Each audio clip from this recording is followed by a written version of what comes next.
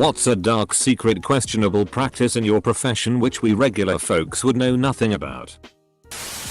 There is a problem in substance abuse treatment in the United States called body brokering.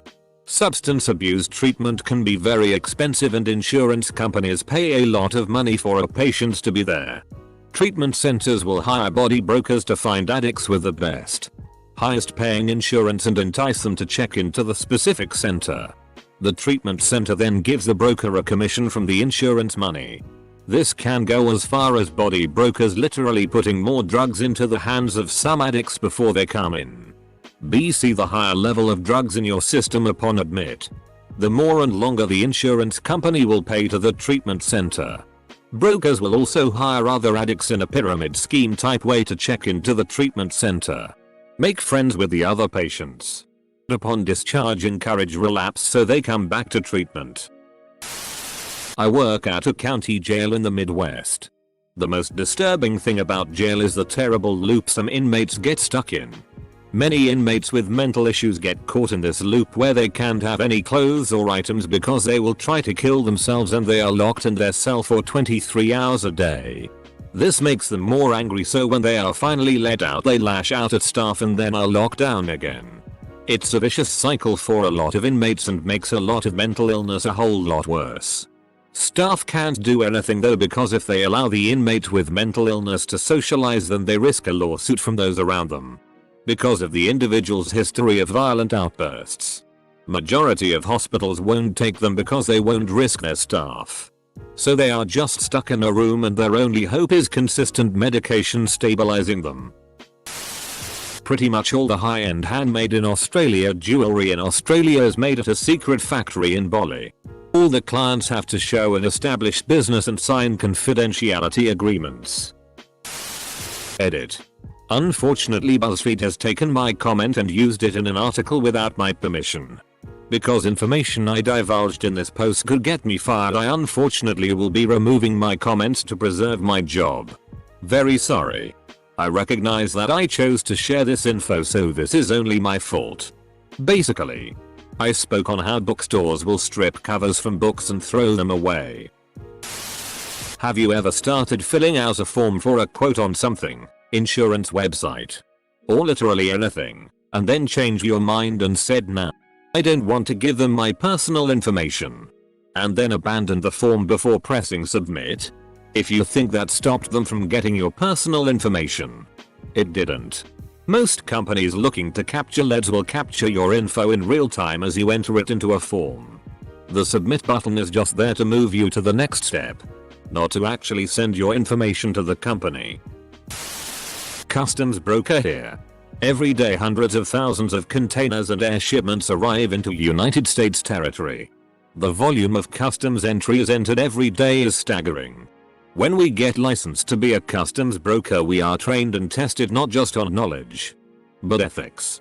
We even take a pledge to partner with CBP to uphold the law and cooperate with them should we come across anything suspicious. Why so much emphasis on this? Customs can't actually screen everything coming in. I'm oversimplifying, but CBP basically works on the honor system. You file an entry saying what the shipment is, and they just take your word for it and release it. This happens hundreds of thousands of times a day. Maybe at best customs can screen 3-7% of what's coming in. The rest of just wade through. You know the people who write instruction manuals or user guides in things you buy? Half the time, they've never even seen or touched the product. Some dude just sends us pictures, rough description of how it's supposed to work, and that's it. Eater. Wow, this took off. To all the IT dudes of Reddit. I actually browse the brand specific subreddits to figure out what to add to my user guides because that's how little info my company provides me. Thanks for making my life easier. Instruction manual writer here. Although for software, you know how there are always frequently asked questions? I have no idea what's frequently asked. I make all of them up. Not currently my profession, but ghost writers in fiction. John Grisham, Danielle Steele, James Patterson, Janet Ivanovich, etc. All those big names with a NIT bestseller every year use ghostwriters who are never credited or mentioned. It's barely even a secret. Sometimes we lick artifacts to quickly determine if they are bone or pottery. Bone sticks, pottery doesn't. And then tap them on our teeth to determine if they are pottery or a rock. Rock will hurt, pottery won't. If it has to be accessed regularly in an IT setting, it's not secure.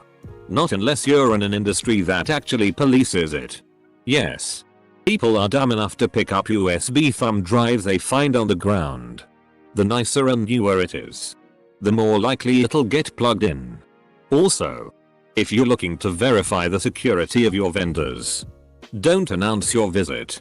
Auditing 101.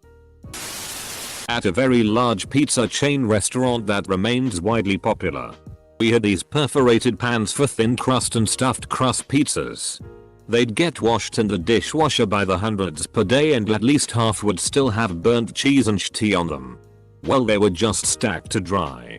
When making new pizzas in those pans, sometimes the pans that were left to dry overnight grew bits of mold around the burnt cheese. We were told just to put the dough on top because otherwise we'd never keep up with the orders if we rewashed everything. The manager said, "Don't worry. It gets cooked." A lot of the time the engineer you talk to about your project and decide to trust with it delegates it to cheaper contractors as soon as you sign the paperwork. Their job is new business. Sometimes librarians read the new books before registering them in the catalog for the public. Evil laughter. Edit. Whoa. I did not expect to get so many upvotes and comments for something I wrote randomly at lunch. But very much appreciated. Thank you. And thank you for the awards. Air traffic control. Cue the Breaking Bad jokes.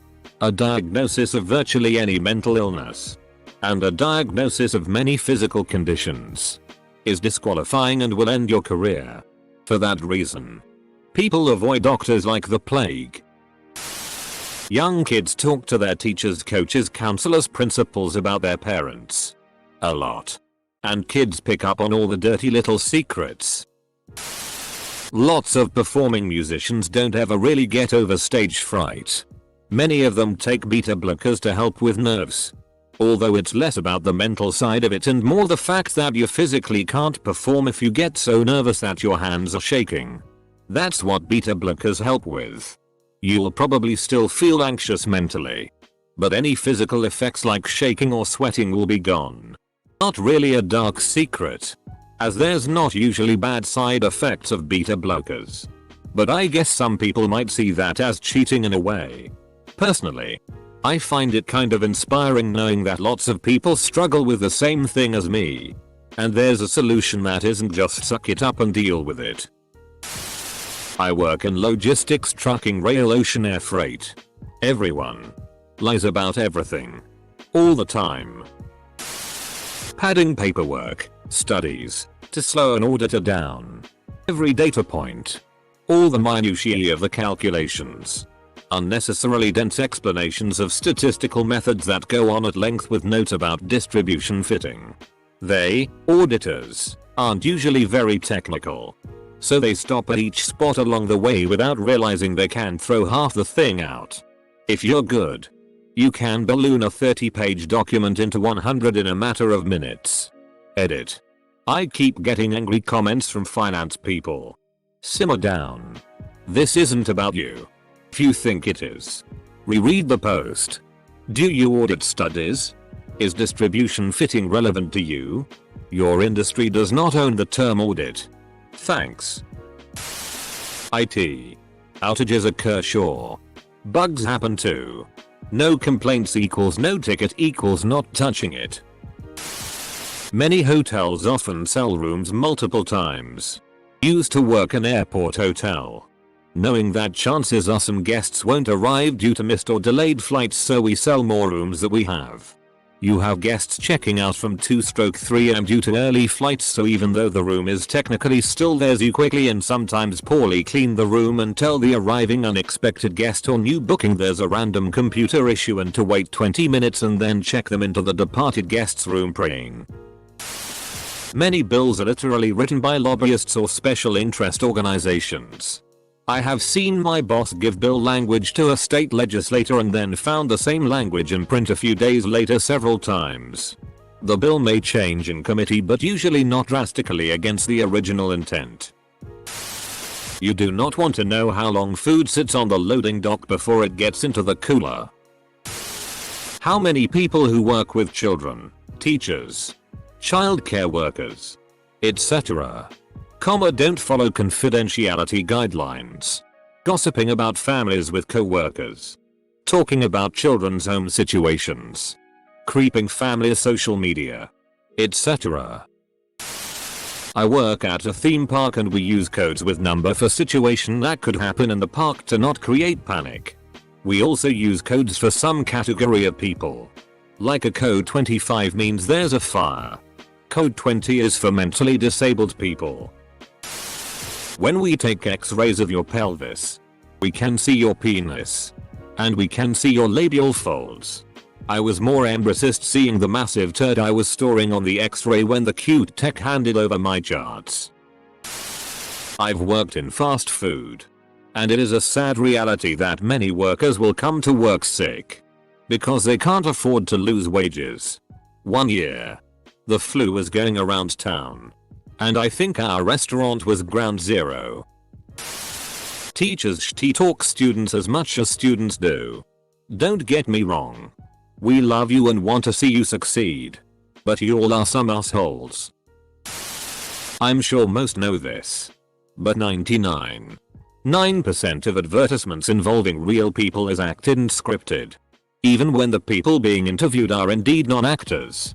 They are prompted on what to say. For example, recently we interviewed a guy who won a car from one of our brands. First round. Interviewer. Congrats on your win. How do you feel? Guy. UHH. Really great. It's a real surprise. To be honest. Thank you. After several rounds and coaching. Interviewer. Congrats on your win. How do you feel? Guy. I feel so lucky to have won a brand car. The design and handling is first rate. And I'm most impressed by the fuel consumption. I will definitely keep on holding brand as my top car of choice. There is at least one water bottle soda can energy drink spray paint can sitting on a piece of blocking behind your drywall somewhere in your house. Edit. Whoa. This took off. Thank you for your plentiful updates. This is my first comment to break 1000. Some stores that sell used merchandise like video games and movies will pay you money for stolen stuff even when they know it's stolen. It doesn't hurt them to get brand new games that were only released hours ago for a fraction of the cost. Then they turn around and sell them for $5 cheaper than a new copy. They are getting brand new never opened $60 games for a few bucks. And making a huge profit. Retail and former warehouse worker. Never drink straight from the can bottle. Workers climb on the stacks. Rats run over them in the warehouse. They sit in stagnant water under leaking roofs. etc. etc. Scuba instructor. We preach how important safety is to our students. When we dive for fun and without paying customers until we get up to some very questionable shit. Sometime we learn something the day before we teach it to you. Whoa. This really hit a chord with people. Lots of shared experiences. It's great. Biotech produces a lot of waste. Overwhelming majority of international trade is done by incompetent, poorly trained and uneducated staff from poor countries that is also exploited. Government checks are all corrupt. Even from Western countries with generally low corruption. This is by design. It's a miracle that ships don't collide and sink constantly. Alarm camera tech for residential and business. The monitoring center you pay for is a lie. There is a pretty good chance no one is responding or it is being sent to a call center handling tons of calls. But that doesn't matter. Because the police won't usually dispatch for unconfirmed alarms. If at all. The gear is stupid cheap and easy to install. I literally had one day training and just looked everything up on Google or YouTube. It's all on there, including install and override codes for most systems since the 90s. Most of the stuff they sell you is pretty worthless. You are better off monitoring and servicing your system yourself. You can get it all on eBay for pennies what you'll be charged by your company. Even used can be reprogrammed and set up fine. If you really want to be secure, get a good dog. But tons of you are locked into years of contracts over basically $30-40 worth of gear. Funeral director. You can buy a casket from Costco for 20% of the price that I'm going to sell you one for. About 70% of the cost of the funeral is overcharging options and leading you on to feel guilty if you don't take them. We have a lot of fun when we don't deal with customers. But we never have that fun with bodies. The real reason programmers have so many screens is because one of them almost always has Google pulled up on it. No one knows what they are doing 100% of the time. Our athletic department has strong-armed financial aid into finding money for athletes who have sub 2.0 GPAs, are constantly busted for drugs, and get in trouble all the time, which leads to them being ineligible for athletic money. The acceptance of illegally harvested or over-harvested exotic lumber in the musical instrument industry. On customer service sites where you can use the chat box to get help, they can see what you are typing before you send it so they can get a reply ready quickly. My sister said they write some insanely offensive stuff and delete it and write something else. You can buy stamps from your mailbox. Just leave a note and money and stamps will be there the next day. A lot of the companies that are doing the background checks that are required you pass before you are employed look the other way while your information is siphoned off to servers in Russia and China, passing your information indirectly to the governments of said countries. Some financial firms' data, when you sign up for an account with someone like PayPal, for example, will end up being shared with over 80 financial institutions and governments, which is something that such firms would rather you not fully understand, even if they eventually admit to it by way of their twos. Teachers are often made to cap grade failures at 20% or lower. The students that did not demonstrate enough knowledge for credits to pass are still moved along to the next grade. This results in having 9th graders in my English 1 class who read below grade level, sometimes as stunted as on a 2nd or 3rd grade level.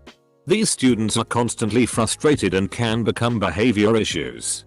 It's also heartbreaking to identify and feel helpless in catching the student up due to current demands from administrators and school leaders. Pretty much any software you use is jacked together spaghetti with no tests. I ended up quitting a career because people, all genders and ages, kept trying to solicite me for prostitution. Young male massage therapist. Edit. Whoa. Thanks for the upvotes. The military usually has no idea what's going on at all, and when we look all uniformed and ready to go, it's because we've been waiting on standby to figure out what to do next for 7 hours. 99% of consulting is basically copying one company's good idea and selling it to another. It's just PowerPoint presentations of peer company practices bouncing back and forth into eternity.